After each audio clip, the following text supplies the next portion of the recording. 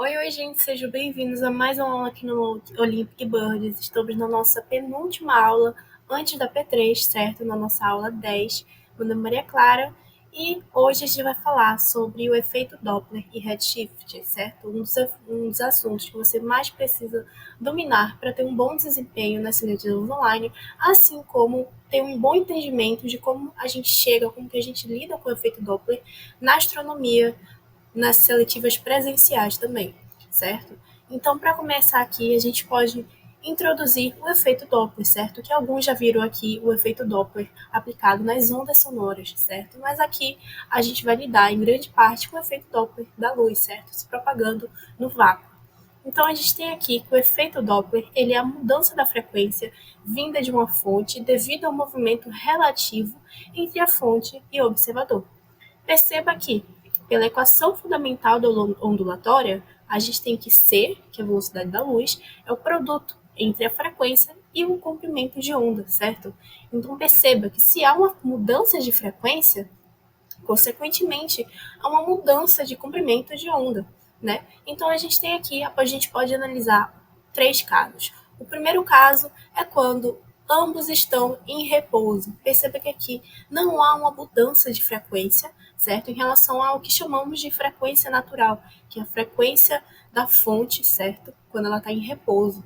Então não há essa diferença, certo? Entre o comprimento de onda, a frequência que o observador recebe e a frequência que a fonte ela vai emitir, ok? Então, a gente tem um intervalo ΔT entre cada frente de onda recebida por esse observador e um comprimento de onda associado a elas.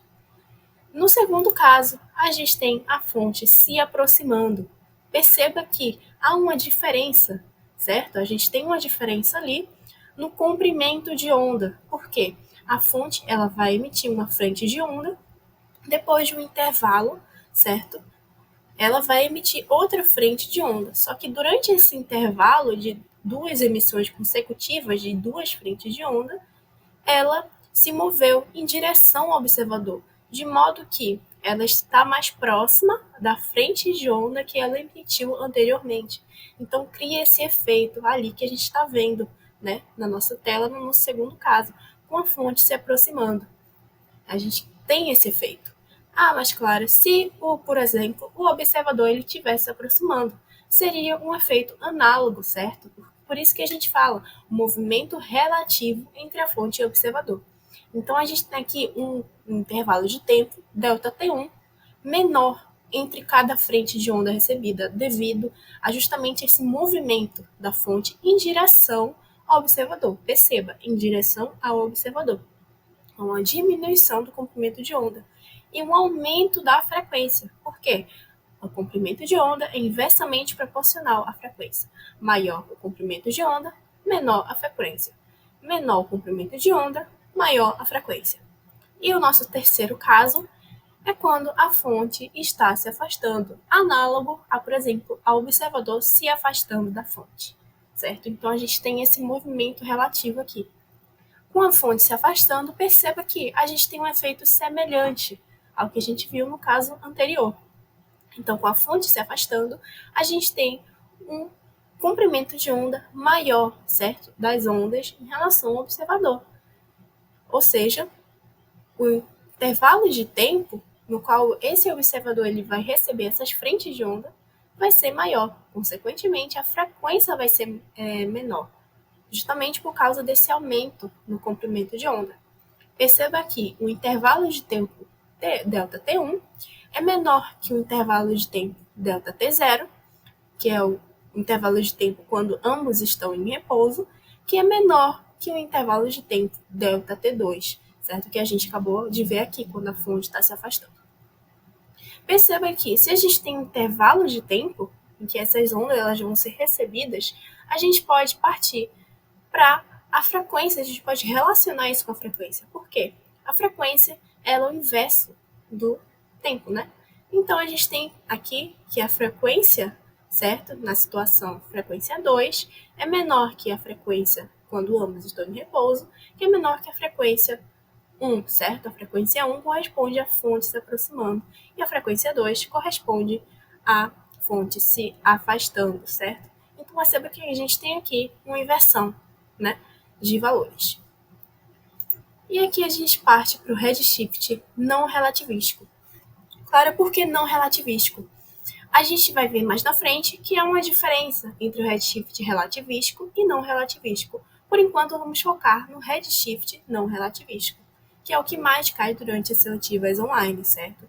É o que você precisa saber, obrigatoriamente. Então, a gente tem que lembrar que C igual ao produto entre o comprimento de onda e a frequência. Então, nessa situação aqui, a gente tem a fonte, ela vai estar se aproximando do observador.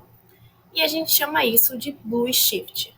Com a fonte se aproximando, há um aumento na frequência, logo um deslocamento para um menor comprimento de onda, o comprimento de onda voltado para o azul. E se há um comprimento de onda menor, qual vai ser a cor associada ao comprimento de onda maior? É justamente quando a fonte ela vai estar se afastando. A gente tem um redshift, ou seja, com a fonte se afastando, há uma diminuição na frequência. Logo, um deslocamento para um maior comprimento de onda, certo? O comprimento de onda deslocado para o vermelho. Então, quando a gente vai analisar, por exemplo, o espectro eletromagnético de uma estrela, a gente tem ali as linhas de absorção, e quando a gente compara elas com as linhas de emissão obtidas em laboratório, a gente tem que dependendo se a estrela está se aproximando ou se afastando, essas linhas de absorção associadas ao mesmo elemento químico, elas vão estar deslocadas mais para o comprimento de onda vermelho ou o comprimento de onda azul, certo? Isso é muito útil, o efeito Doppler é muito útil quando a gente vai analisar a velocidade, certo, das estrelas. A gente vai analisar a velocidade radial e a gente vai ver isso daqui para frente. Como que a gente tem a quantização do redshift? Como que a gente pode colocar matematicamente isso que a gente acabou de ver? Por definição, o redshift Z pode ser calculado pela razão entre a variação do comprimento de onda observado e o comprimento de onda em laboratório, certo? Que é representado por esse lambda zero, que é o comprimento de onda em laboratório. É análogo à fonte em repouso, certo? Então, a gente tem aqui que quando o comprimento de onda observado é maior que o comprimento de onda em laboratório, a gente tem que o Z ele também vai ser maior que zero. Então, a gente tem um redshift, a fonte ela vai estar se afastando. E quando a gente tem que o comprimento de onda observado é menor que o comprimento de onda em laboratório, o Z ele também vai ser menor que zero. A gente tem um blue shift, certo? Então, quando o Z é negativo, a gente tem um blue shift. Então, o blue shift ele pode ser entendido como um redshift negativo. E agora, a gente teve a quantização do redshift. A gente sabe como que a gente tem um redshift Z em função do comprimento de onda. Mas como que a gente pode relacionar isso com a velocidade radial das estrelas, certo? Então a gente quer provar essa relação aqui do lado, que Z igual a razão entre a velocidade radial e a velocidade da luz, C, certo? Então a gente tem aqui uma fonte, certo, que tem uma velocidade radial, VR. Nesse momento aqui, ela está a uma distância, certo, do observador, certo, representado ali, e ela emitiu uma frente de onda ali. Essa frente de onda ela está deslocada um pouquinho mais para a direita, justamente para melhorar a visualização do que está acontecendo. Mas, teoricamente, essa frente de onda teria que estar em cima, certo, desse ponto preto que representa a fonte. Então, a gente tem que, na segunda situação, depois de um tempo delta t0, a gente tem que a fonte, ela se moveu, depois desse tempo delta t0, ela emitiu outra frente de onda, enquanto essa frente de onda inicial, ela se moveu na velocidade da luz c, certo? Que é a velocidade de propagação das ondas eletromagnéticas. Então, a gente tem aqui que, enquanto a onda ela se propagava, a fonte ela também se moveu, certo? Então, como que a gente pode medir essas distâncias? a distância que a fonte percorreu vai ser o intervalo de tempo Δt0 multiplicado pela velocidade dela. Analogamente, para onda, certo? A gente tem que vai ser a velocidade da luz multiplicada pelo intervalo de tempo Δt0. E perceba que essa emissão, certo? Essa segunda frente de onda e essa primeira frente de onda emitida, a diferença entre elas vai ser justamente o comprimento de onda que o observador ele vai receber. Então, perceba que o comprimento de onda delta, o comprimento de onda lambda vai ser igual à diferença entre C, certo? C vezes Δt0 menos VR vezes Δt0. Então, a gente tem que também o comprimento de onda quando a fonte ele está em repouso, representado por lambda 0, vai ser simplesmente a distância, certo? Se a fonte não estivesse se movendo, obviamente, em repouso, vai ser C vezes Δt0.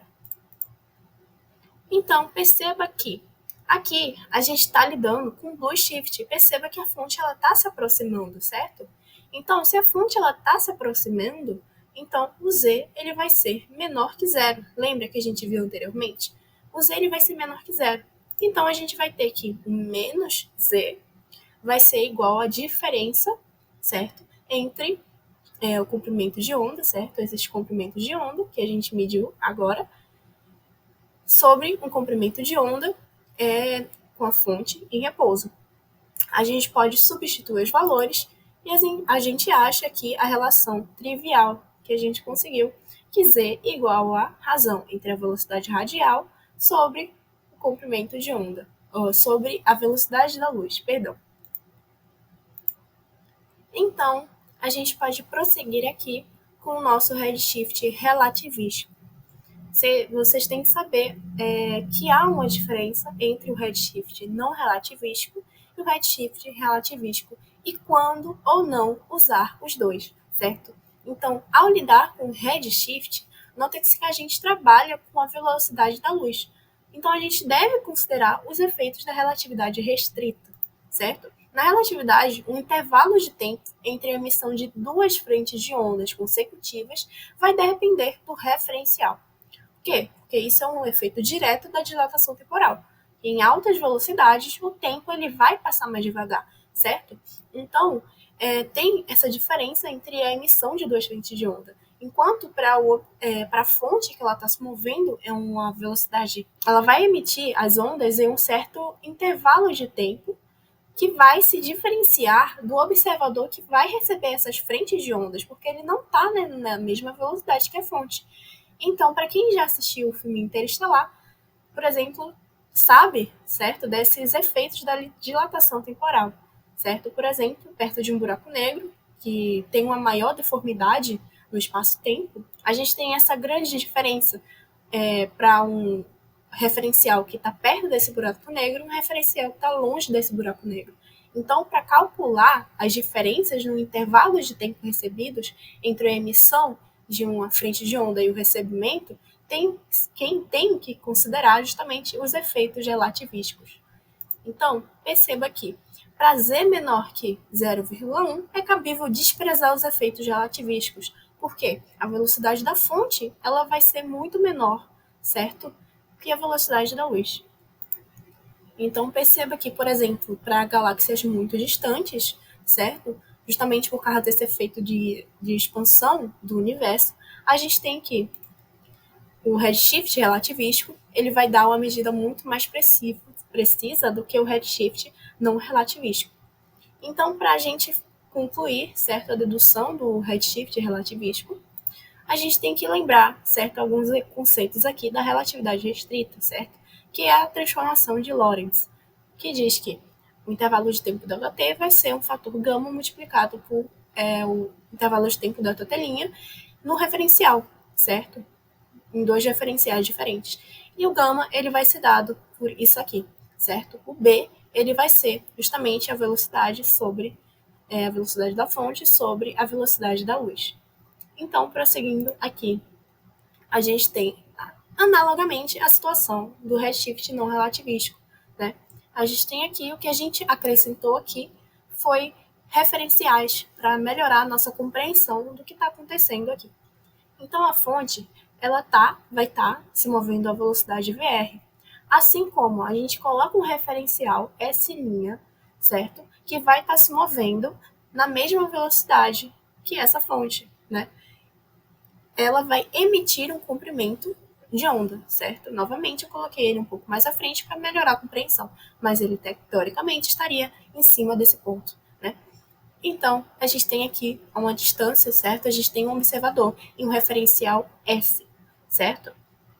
Então, consequentemente, em um outro evento, a gente tem uma segunda emissão do comprimento, uma segunda emissão da frente de onda, certo? Enquanto essa primeira frente de onda ela se moveu, a fonte se moveu, assim como o referencial que está se movendo com a fonte, ele se moveu também, enquanto o observador ele continuou em repouso, certo? Então, perceba que a gente está considerando o referencial no observador, porque após o intervalo de tempo ΔT, esse ΔT vai ser o intervalo de tempo observado a partir do observador, certo? A partir do referencial S. Então, depois de um intervalo de tempo ΔT, a fonte ela se moveu a uma velocidade VR. Então, a distância que ela se moveu vai ser VR vezes ΔT, a velocidade radial da fonte vezes esse intervalo ΔT, certo? No qual a fonte ela emitiu a segunda frente de onda, vai ser nesse intervalo ΔT para o observador, certo? E, consequentemente, a gente tem, de uma forma análoga, para a frente de onda. A primeira frente de onda emitida vai se mover a uma velocidade c. Perceba que a velocidade da luz ela não vai mudar, ela é a mesma em qualquer referencial, certo? Então, perceba que ΔT' vai ser um intervalo de tempo medido em S. Por quê? A fonte ela emite um comprimento de onda a cada ΔT' para um referencial S', certo? Que vai estar à mesma velocidade que aquela fonte. Então, por estar na mesma velocidade, ela vai emitir uma emissão, um pulso de luz a cada intervalo de tempo ΔT'. Só que, em comparação, certo, com o observador, que vai estar um referencial S', ele vai receber a cada intervalo de tempo, certo? Ele vai perceber essa emissão do pulso de luz a cada intervalo de tempo ΔT, justamente por causa dessa dilatação temporal, certo? Então, vai ter essa diferença entre a emissão, certo, do pulso de luz da fonte para cada referencial. Então, prosseguindo, a gente tem que a frequência emitida, certo, pela fonte de luz vai ser 1 sobre ΔT', certo? No referencial S'. O referencial S', ele vai simplesmente estar se movendo à mesma velocidade que a fonte, certo? Então, o movimento relativo entre eles é zero. Então, para a referência S', é como se a fonte ela não tivesse movimento. Então, esse ΔT' vai ser o quê? Vai ser justamente o ΔT0 associado à frequência natural da fonte, certo? Então, a gente tem que a frequência emitida vai ser 1 sobre ΔT0. A gente tem que o comprimento de onda, certo? Que o observador ele vai perceber ali, vai ser justamente a diferença que a gente viu anteriormente, né? C menos VR vezes ΔT. E a partir disso, a gente pode saber a frequência recebida, certo? Que vai ser justamente pela equação fundamental do ondulatório, que vai ser C dividido por lambda. Lambda é o comprimento de onda que o observador ele vai ver ali, certo? Então, vai ser simplesmente a gente manipulando os termos, a gente chega aqui. A frequência recebida vai ser 1 sobre 1 menos a velocidade radial sobre C, vezes 1 sobre ΔT. Só que a gente pode nomear VR sobre C como beta, né? Como a gente viu anteriormente, beta vai ser justamente essa relação aqui. Então, a gente só substitui ali na frequência recebida. E agora a gente pode utilizar a transformação de Lorentz. Por quê? Porque a gente tem essa relação, lembra? O intervalo de tempo que um observador, um referencial S, vai receber o intervalo de tempo entre um referencial S', certo? Então, a gente consegue relacionar esses dois justamente por causa da dilatação temporal. Então, na relatividade restrita, a gente consegue relacionar esses dois intervalos de tempo em referenciais diferentes. Então, esse ΔT', como a gente viu, certo, anteriormente, vai ser ΔT0, porque eles vão estar se movendo na mesma velocidade. Então, perceba que a frequência recebida, a gente substitui ali nas relações, e perceba que 1 sobre ΔT0 vai ser justamente a frequência emitida pela fonte. Então, a gente substitui pela frequência emitida, e a gente tem que a frequência recebida vai se relacionar com a frequência emitida, a partir de um fator gama e do fator beta que a gente viu ali. E agora basta substituir, certo? A gente substitui o fator gama pela transformação de Lorentz, pela relação de Lorentz que a gente viu ali, e a gente consegue racionalizar e desenvolver a nossa equação, para enfim chegar que a frequência recebida pela fonte vai ser igual à frequência emitida, a frequência recebida pelo observador, perdão, vai ser a frequência emitida pela fonte vezes esse fator aqui, certo? A gente substituiu o beta ali para ter uma melhor visualização de quais termos estão incluídos ali no redshift relativístico. Só que a gente está falando em termos da frequência, né, e da velocidade radial. Como que a gente relaciona isso com redshift quantizado? Como a gente relaciona isso em função de z, certo? Então, perceba que a frequência recebida vai ser a frequência emitida vezes esse fator aqui. Só que perceba que eu inverti, certo? Por que eu inverti? Ali estava 1 mais VR sobre C sobre 1 menos VR sobre C. E aqui está 1 menos VR sobre C sobre 1 mais VR sobre C. Por quê? Perceba que aqui a gente está lidando com um blue shift, certo? Perceba que o Z ele vai ser menor que zero. Consequentemente, a velocidade radial também vai ser menor que zero. Então, a gente substituindo ali positivo com negativo, a gente inverte ali negativo com negativo, positivo. Então, por isso que houve essa inversão de sinais aqui. Porque a gente considerando nosso referencial, a gente tem que considerar justamente esse fator do blue shift. Então, a gente desenvolvendo pela equação fundamental do ondulatório, a gente substitui as frequências pelas suas respectivas equações. Então, a frequência recebida vai ser C sobre lambda, certo? Lambda vai ser o comprimento de onda que o observador ele vai receber, e a frequência emitida vai ser substituída por C sobre lambda zero, certo? Esse lambda zero vai ser o comprimento de onda para um referencial que vai estar se movendo, certo? Ali com a fonte, ou seja, ambos vão estar em repouso em relação um ao outro, então vai estar associado o comprimento de onda lambda zero.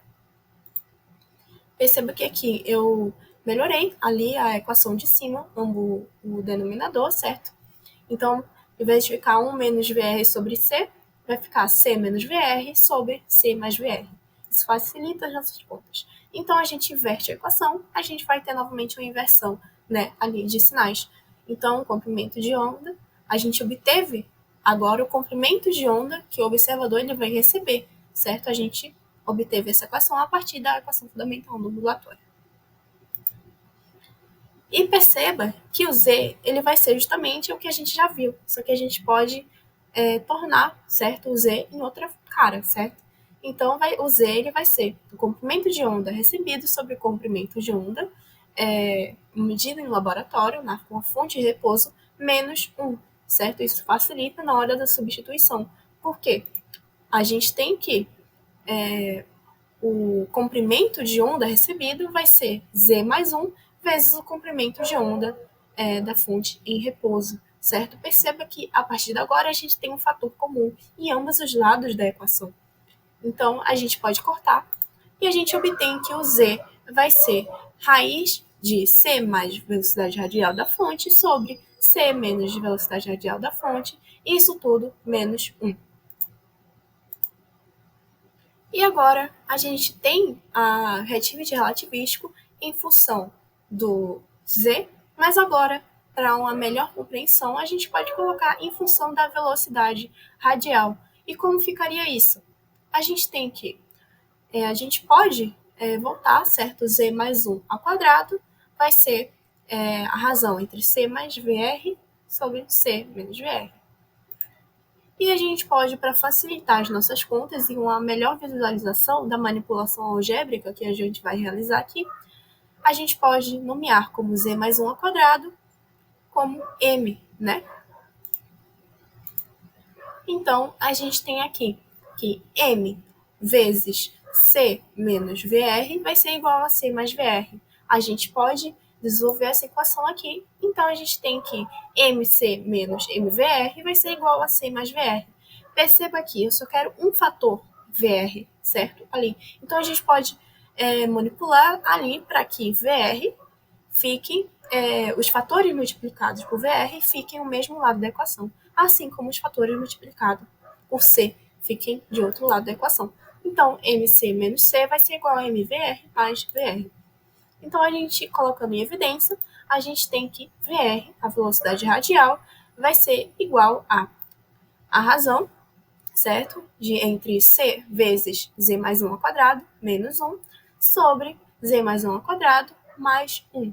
Perceba que a gente aqui, a partir do redshift relativístico, certo? Considerando os efeitos da relatividade, a gente consegue obter a velocidade radial de uma fonte em movimento a partir simplesmente do seu redshift e da velocidade da luz, obviamente, que é uma constante. Então, aqui, para finalizar, vale uma questão que caiu na P3, certo? De 2018, das seletivas online, a 8ª questão, que diz: para um observador na Terra, o comprimento de onda da linha H no espectro de uma estrela é de 486,112 nanômetros. Medidas feitas em laboratório demonstram que o comprimento de onda normal desta linha espectral é de 486,133 nanômetros. Considerando que a velocidade da luz no vácuo é de 300.000 km por segundo, pode-se afirmar que esta estrela, ou seja, a gente precisa fazer as medições aqui para a gente saber o que vai estar acontecendo com aquela estrela. Ou seja, a gente precisa descobrir o redshift dela e a velocidade dela para a gente poder afirmar o que aquela estrela como que aquela estrela está se movimentando para causar essa diferença, certo, no espectro. Então, a gente tem que o Z vai ser essa relação que a gente viu aqui, o comprimento de onda observado menos o comprimento de onda em laboratório sobre o comprimento de onda em laboratório. Esse comprimento de onda em laboratório é basicamente o comprimento de onda em repouso da fonte, certo? Então, vai ser simplesmente, aproximadamente, menos 4,32 vezes 10 elevado à quinta. Perceba aqui, o Z ele é menor que zero. Lembra daquela relação que a gente viu? Se o Z ele é menor que zero, então a estrela vai estar se aproximando, certo? Por quê? Isso vai indicar que o comprimento de onda observado ele vai ser menor que o comprimento de onda em repouso. Isso só ocorre quando a fonte ela vai estar se aproximando. Então a gente concluiu que o Z, a estrela, vai estar se aproximando. E a gente tem que a velocidade radial vai ser Z vezes C, certo? A partir daquela relação que a gente viu anteriormente. Então, basta substituir os valores, a gente tem que a velocidade radial vai ser menos 12,96 km por hora. Percebam que aqui teve um erro, certo, de digitação. Nesse caso, esse H era para ter C em km por segundo, porque ali a velocidade da luz está dada em km por segundo. Então, perceba que a velocidade da radial da fonte, da estrela, né, vai ser menos 2,96 km por segundo. Então, o que isso indica? Que a estrela possui uma velocidade radial de módulo igual a 12,96 km por segundo. Então, o que a gente pode concluir sobre essa estrela? A estrela está se aproximando a uma velocidade radial de 12,96 km por segundo. E é isso. Essa foi a aula de hoje sobre efeito Doppler e redshift. Espero que vocês tenham gostado e até a próxima.